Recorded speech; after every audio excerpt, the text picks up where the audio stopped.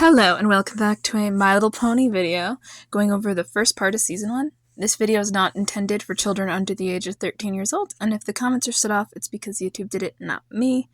Keep in mind my content is meant for a slightly more mature audience. So, welcome back. Today I am going to be going over a very spoilery rendition of season 6. This is a look back, my look back at series. And this is a very contentious season, but this is one of the ones that I hold dear in my heart. But just so before we get into this, the best episode of the season, I will be skipping because I already talked about it in a different video. A Heartwarming Tale is very good. Do watch it. Even though it's not even close to Christmas, watch it. And I covered that in the Heartwarming video, so I didn't forget. I promise you, but I won't be talking about that here, so sorry. Even though it's one of the best here. My voice is a little off. I'm sick. So let's start off with the characterization. All the characters I'd say are pretty good, if not great, depending on the character, but I found that our main 6 were a little out of character more often here. Kind of like the early seasons would kind of portray the main 6. Specifically Twilight and her brigade against Starlight and Trixie making friends. It was very weird. Applejack is also slightly off, but not in a major way. I don't think there's any bad moments throughout this half of the season. She does sort of get weird with her all doing chores in an antiquated way, but we've all done that, so we don't look too deep into it. I'd say Rarity in Spice Up Your Life was very into gingificationing, I don't know what to call it, the restaurant in that episode, which was a little out of character. I feel like she normally likes unique things, but she's a little bit against it for some reason. I don't understand. Maybe she's afraid of spicy food. I was joking. Rainbow Dash is just odd. I wouldn't call her out of character. I mean, these are all traits that are present in her character. She's just, in the Wonderbolt episode in this half, she wasn't very good. You know what I mean? So, yeah. Pinkie Pie and Fluttershy are actually very stable here. They're exactly how we like to see them done, especially Fluttershy. See, it was really well portrayed, so I have no complaints about them. Starlight is getting her first pre-Reformation episodes and screen time, and she's pretty neat. She's not a perfect character, but I still enjoy those episodes, and it's nice to see a character that has more of a past to go with, kind of like Sunset, and I do appreciate that. Oh, by the way, I think we'll get more Starlight in the next half. She only shows up in like 2 episodes, really, so it's not really a fantastic characterization. Now for the voice acting. The voice acting here is always good, and there's really not much left to say about how any of the characters' voices sound like our main 6 characters, so I would just like to bring up Caballeron's accent being made fun of in Universe finally. Quote-unquote, to quote Quibble Pants, where did you go, the bad accent school for villains? Oh my god. Not an exact quote, I know. It's like so bad it sounds fake, and I'm just happy someone pointed out in the soap, I know. I know it's silly. For the animation, I find that it's still very dynamic and expressive, and as a rule, far more characters are doing more dynamic, expressive things. There's so many fantastic examples, even non-main characters, and as a rule, there are so many good designs that are unique on background characters. There are good designs in general on your background characters in My Little Pony, but there's more unique ones that are well thought out in this half, so I really like that. And now we'll move on to world building. The world building is okay. It's really not that bad. It's not as... I'd just say I think it's better than like season 1 or 2, but not better than season 5's world building. We get less of it. We get a little bit of lore about the Crystal Empire because, well, side note, the map is broken for most of this half. It's not super relevant, but once it gets fixed, we get more episodes outside of our normal range, like immediately. In Canterlot, for instance. But that's what I mean by we get a little bit, but not much. The Crystal Empire lore was nice with the crystalling and everything. I enjoyed that a lot in our first few episodes, but I'll talk about that more when we get there.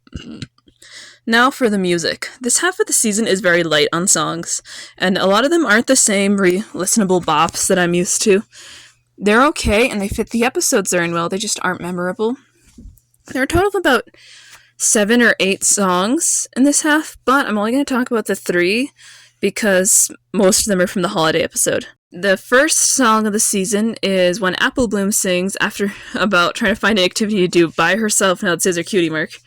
And it's fine. For a Crusader song, it's pretty good quality, actually, so I appreciate that. Not much to say. The next one is the one about Flutter Brother, Do It On My Own, and I like this one pretty good. It's fine. Like I said, these aren't like ones I'm going to listen to outside of this context, so don't worry about it.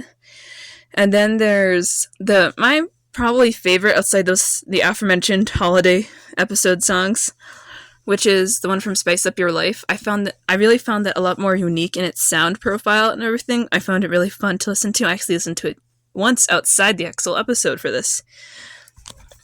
Now for my first impressions. My first impressions of this season were interesting because I was really hyped. I was seeing other people talking about it online. I was beginning to buy into that. I was 11 years old, and I remember a lot of people were real mean about it, and they also spoiled, like, the Alicorn baby thing immediately. That was, like, a major thing. But I'm glad I managed to enjoy it separate from other people's negative opinions, because some of these episodes are framed as absolutely horrible when they're not that bad, like Newbie Das. So I really appreciate having the ability to form my own opinion on those. Now I will talk about the episodes. The crystalline part... The plot of this episode follows the main six and Starlight going to the Crystal Empire to meet with Cadence in Shining Armor and for Starlight to meet her old friend, which we'll circle back to, and the new baby and the royal baby. So Twilight decides that Starlight's first friend Siplison will be reconnecting with her first ever friend, Sunburst. Meanwhile, all of them are in the Empire. The main six get to meet the baby and discover it's the first naturally born alicorn in Equestria. Keep in mind, Celestia and Lynn are not from Equestria and never seen any alicorn births. That doesn't confirm anything, bitches. Sorry. Her magic is out of control, so weird to say the baby. And Canes and Shining Armor are attempting to put together the crystalling when the baby accidentally destroys the crystal heart and the Arctic storm that surrounds them begins to consume the Empire. And they begin to wonder if they can fix it in time. So my thoughts. Starting off, we have an episode that absolutely divided the fandom. And I will take my stance on whether or not it's a good or bad one. It may not be popular to some. Flurry Heart is a cute design and not creepy. And second of all, her being an alicorn baby is fine. Now, personally, I wanted it to be a unicorn and I was, 11 to 10 years old. But just ignore that. Because, I know an 11-year-old's predictions really shouldn't be held to gospel. And it also does not discredit the two sisters being naturally born alicorns because I don't believe they witnessed any births and they left Skyros young. So, they weren't even born in Equestria. They were born in Skyros, which is potentially a pocket dimension. They weren't even on the same planet, potentially. So, yeah, I have to make my stance on this because I'm so tired of people saying they're not naturally born. I'm very sure they are. Opaline's naturally born, too. Probably. Anyway. Please don't hate me for my opinion. I'm a little scared of this fandom over things like this because I used to hate people over having different opinions. I know it's not 2014, but I've still seen the fallout. And on the other hand, let's talk about Starlight's little arc here, which we see her reconnect with Starburst finally. Starburst, oh my god, Sunburst. That's their SIP name. What's wrong with me? And I think that it was an interesting idea of Twilight for Sir, but more of a on the fly because he doesn't know what to teach a full-grown adult situation. This is her first student. You know what? When I was little, I was pretty sure we wouldn't see him, so I'm happy we saw him immediately after they mentioned him, pretty much, in the plot. A few weeks, probably. Moving on to the crystalling part 2. Following the crystal heart exploding, Twilight and Cadence are looking for a spell to fix it. While the rest of the main six try to keep the citizens calm. Celestia and Luna are doing damage control with the storm, attempting to push it back with their magic, which it's somewhat repellent of. And when a spell is finally found, the baby destroys it, and no one's really sure what to do. Starlight goes to Sunburst for assistance, believing he's a powerful wizard, where he tells her that he's not one, but he'll still try to help them figure out how to fix the heart, which ends up being doing the crystalling of the baby, which ends up renewing the crystal heart's power while they're holding it together and stitching it back. And it works in the Empire safe. Starlight and Sunburst officially reconcile, and everybody actually heads home, and also the baby meets the grandparents and finally gets a name, Flurry Heart. I've been meaning to say it. It's so weird in the synopsis to not say it. So, my thoughts. This picks up right where it left off, which all good two-parters should really do, in my opinion. And the way they fixed the crystal heart was fun. I thought it was interesting that there's such a thing as a relic fixing spell. And this one lacks a villain. I should mention the Arctic Storm is effectively our villain in interpersonal drama. And I like a sort of lower-key threat. The approaching Arctic Storm is a good conflict, just not a villain conflict, which is fine. I think that the princesses actually helping out was a high note for this episode for me, especially when I was younger.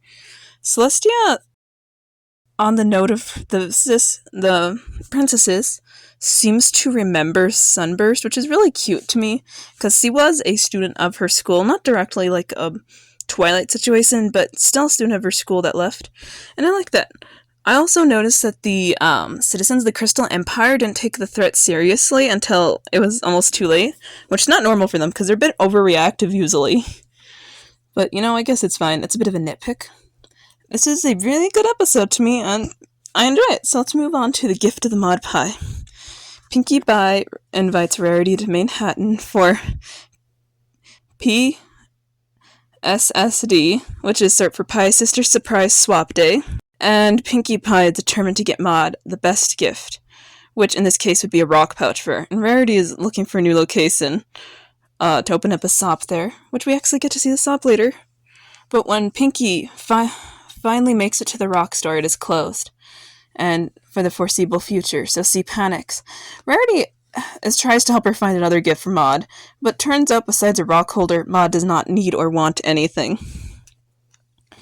So Pinkie Pie eventually spots a pony with a rock pouch, and she trades her party cannon for the rock pouch to give to Maud, which initially makes Maud happy, but Maud had gifted Pinkie confetti for her cannon, which is traded away, and when Maud ends up finding out with her infamous stare from Rarity, she goes over. Maud ends up getting Pinkie's cannon back by intimidating the sales pony into trading back, which is the funniest thing. And then they go home happy, which is good. Also, Rarity finds a location. My thoughts. I like this episode. It's pretty fun. And I think that Rarity makes this episode pretty good. This is a good Rarity sewing. There's a lot of fun interactions around the town of Manhattan with Maud and Pinkie and everything going on. As I mentioned, that sales pony that got scared, it's really funny to me that they managed to basically scare him. Also, Pie's sister Switch Day is abbreviated to pissed, like psst, which is a funny joke because they keep making this sound and Rarity thinks it's a big secret and there's nothing, which I like. But that's really all that's left to say about this episode. I feel like this one's been covered a lot because it has Maud already. Let's move on to On Your Mark. The CMC are getting used to doing things that are unrelated to earning their cutie marks, and also getting caught up in admiring those same cutie marks. When they begin to wonder if they should do things by themselves, most of the Crusaders agree except Apple Bloom. She doesn't really know what she wants to do by herself and begins to panic, believing that the Crusaders no longer want to hang out with her. She goes around town attempting to find a pastime, and when she spots a dance academy to join them, turns out there's a cult there with major stage fright who wants to express how much he enjoys dancing but is too afraid to. So Apple Bloom, with the help of the CMC, help him overcome his stage fright in the end. She realizes that her friends also weren't going to abandon her. My thoughts. So I like the concept of this because the Crusaders' whole storyline up to this point has been about them earning their marks. Now that they have them, they don't really know what to do with their marks. Apple Bloom is the main one who has issues adjusting, and as previously mentioned, she just walks into that dance class and they allow her, which I always found fun. So we also see them helping other ponies understand their marks, like bulk biceps, which is just lifting things, which is a great little detail. I know it's not that deep, but I like it. Side note, Rarity calls crocheting knitting's weaker cousin or something, and I take offense to that. Crochet is great. My mom does it. I do it. It is not a weaker cousin to knitting. Rarity. I know, it's very silly. I found the Dance Academy a random little addition because I feel like it never comes up again since he joined it. So far, and this is where we get our first song, for those who care. This is the 4th episode and we finally get a song. Moving on to Gauntlet of Fire. The plot follows Spike when he begins to glow uncontrollably while gem hunting with Rarity, and ends up discovering that he must go to the Dragonlands to stop it. When he arrives, it is announced that the current Dragon Lord has to step down by dragon law, and all the teenage dragons are allowed to compete to become the new Dragon Lord, which requires getting the staff from this crazy obstacle course.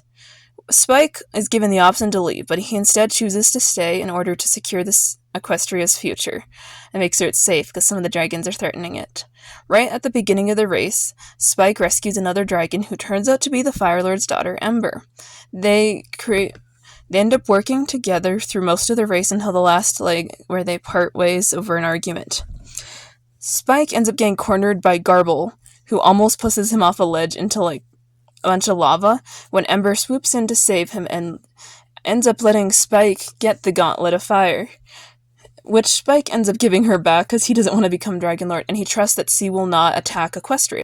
My thoughts. Starting off, I love the fact that we see Crackle again for 2 seconds, but we see her again and I forgot that happened, so this was a fantastic treat for me. Now to the actual main content of the episode, the whole dragon lore thingies. The glowing scales comes up, and that is what happens when the Dragon Lord calls dragons, which means, 1, all dragons are inherently magical, which we kind of figured, especially by Gen 5, that was confirmed. But one thing I always thought is interesting is they didn't call adult dragons to become the Fire Lord in this. I think it's because they're just solitary, and they don't really care when they're adults usually, so they're getting teenagers because they actually still have the ability to emphasize or feel like it's important, Also, perhaps it's also written in their law that it has to be a young one, because it's mentioned that the current Fire Lord is stepping down because he must step down. He doesn't necessarily want to. But yeah. Also, this one's one of the few dragon episodes that doesn't make everyone look like a jerk. This is mainly through Ember's characterization, where she's more of an exception to the rule, but still, follows some main dragon-y things. A little possessive, a bit of a loner, stuff like that.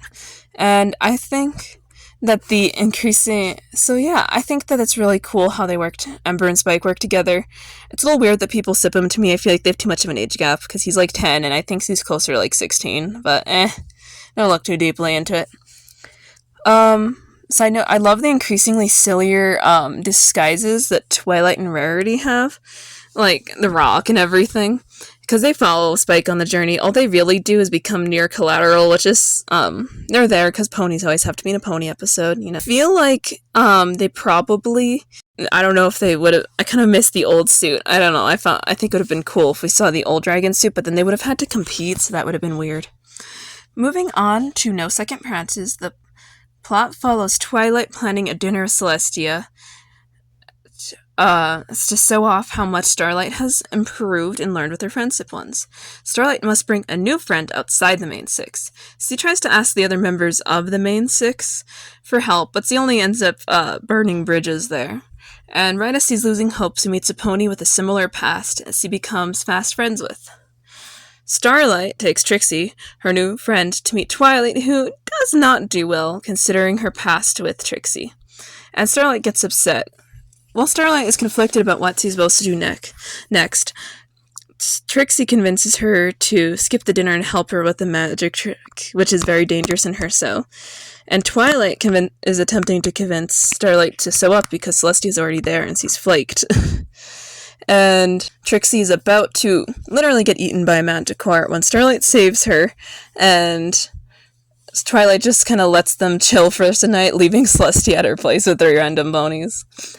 So this is our first Starlight episode, and I'm neutral about it. It's not a great episode, but it's not a bad episode.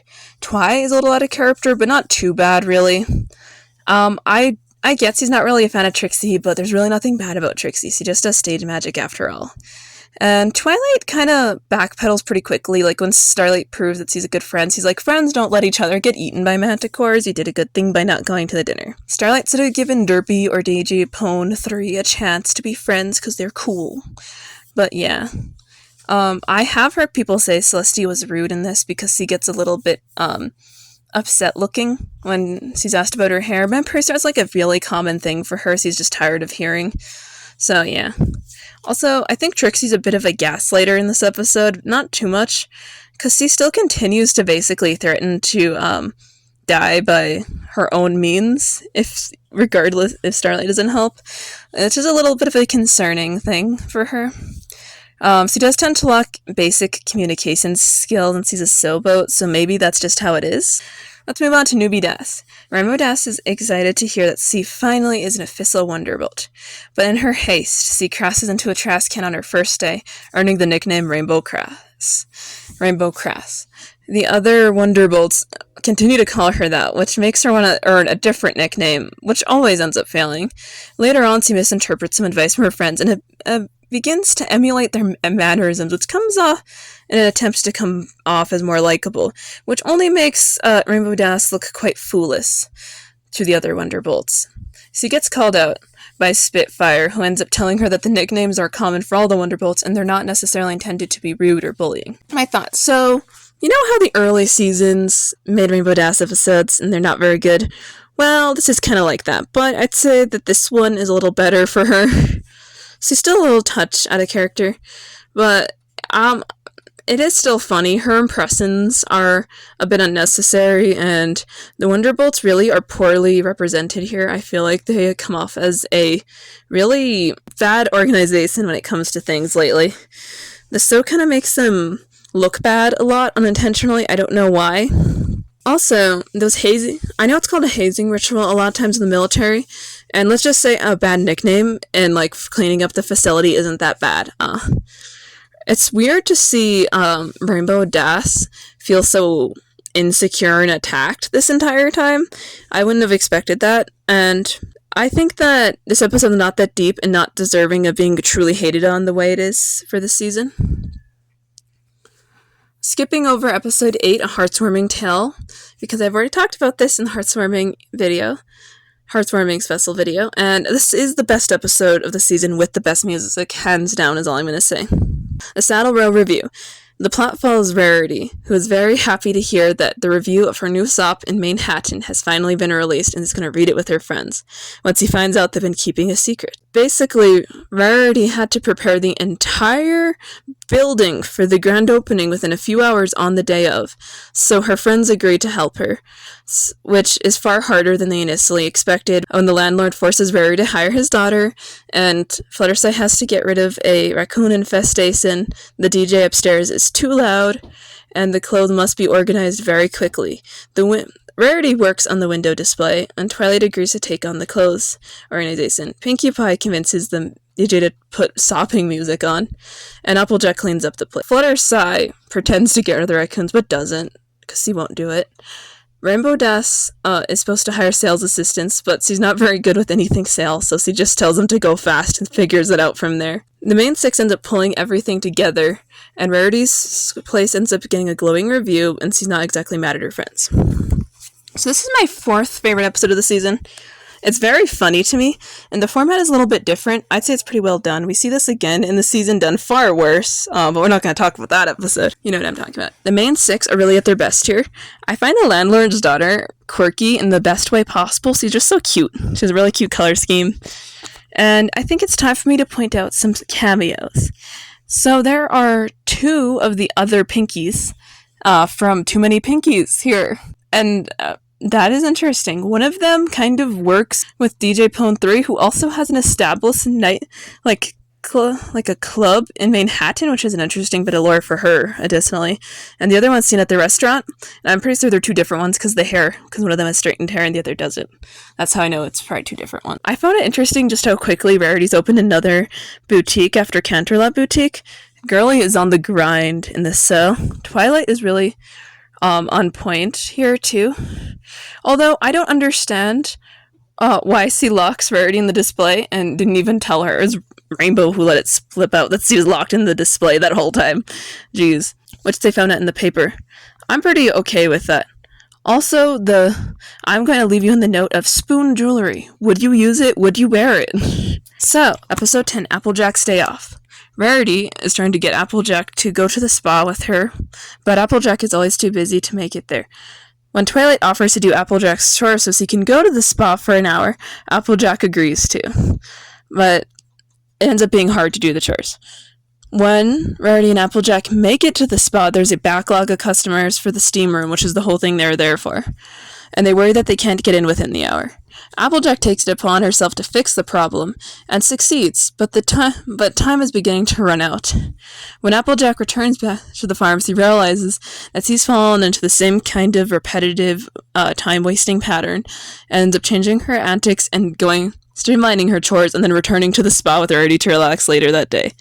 So this is a boring episode, and I'm okay with that. The message is good for kids. I mentioned a little bit before that this came out when I was 11, and I live on a farm, and sometimes it's easy to get set in needlessly difficult patterns, like this one that this spa or Applejack's chores fell into. I had this with the watering system.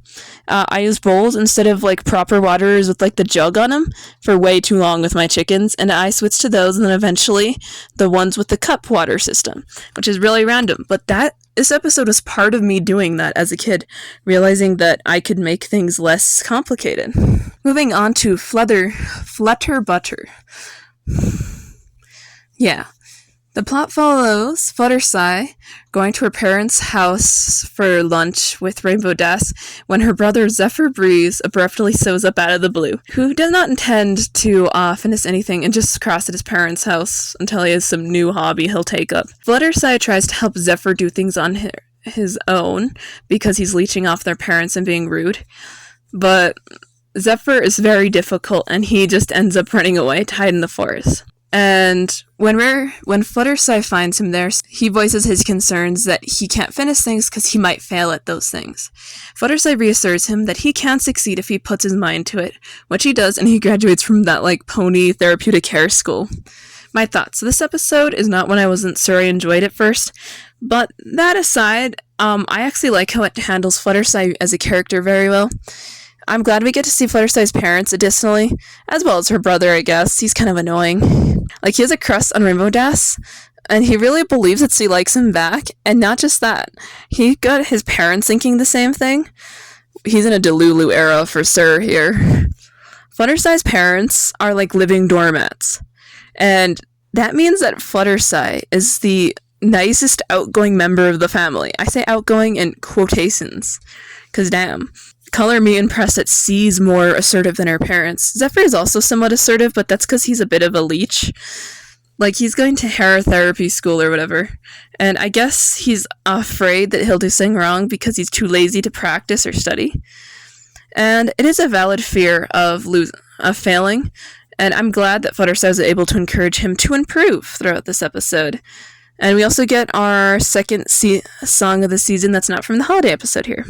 So yeah, it's fine. It's kind of boring, but fine. Let's move on to Spice Up Your Life. The main six finally fix the cutie map, which they just realized is broken. And it sends Rarity and Pinkie Pie to Canterlot, where they find the Tasty Treat, a place that sells pony-style Indian food. And the ponies who run it are a father-daughter duo who are fighting about the restaurant's future. Pinkie and Rarity resolve to help the restaurant in two separate ways. Rarity gets a popular restaurant reviewer to rate the place, and Pinkie tries to get more customers. Both their attempts end up kind of blowing up, and the restaurant gets retrofitted to be very gentrified, which does not work in its favor, and Pinkie gets mad at Rarity over. Meanwhile, they have trouble drumming up customers. So, when they realize that their tactics failed, they end up reversing roles, and they end up making everything work out in the end. So I like this episode. I know others may not like it as much, but I don't really think that's important. I know that I've seen this hated on, but I really like it.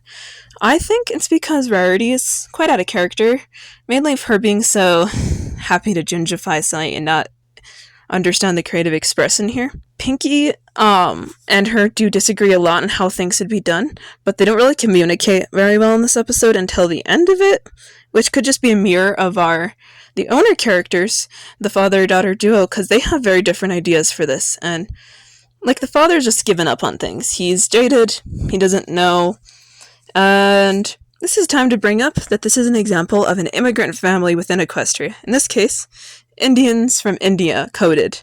Not technically from India, because that's not canon to My Little Pony, but you know what I mean. It's coded that way. So the daughter is a presumably young adult who's far more helpful and just hopeful in general for her restaurant. And C believes C will operate with that goal and C will do well. And her dad really just forgot why he was there, and they really come together because they love cooking, and I love that. Also, let's talk about the restaurant critic, because tell me C doesn't remind you of the guy from Ratatouille, you know, the one that has like the soup and he hates everything.